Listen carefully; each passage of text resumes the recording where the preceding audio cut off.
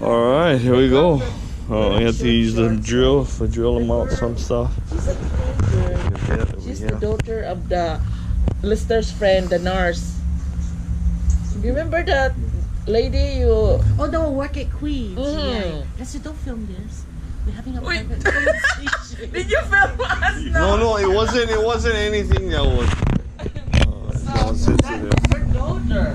Bill right now. He helped me hit the most important part right now. On the hardest side, we had to put the wooden jack down there. You see that? Because it was on the ground. So the thing on the ground, sit right in his face, right? Put him away, get him on good ergonomic position. He got him on good. With his thinking, he's smart because inside of the box had different kind grommets, see, and different kind of screws too. But just because the screw in the grommet is in the box doesn't necessarily mean for this bike. So Bill figured it out, and it was a smaller grommet because of the constriction of space. Yeah, good job, Bill, with that thinking. Very good. And then we got the front ones hooked up over here with this.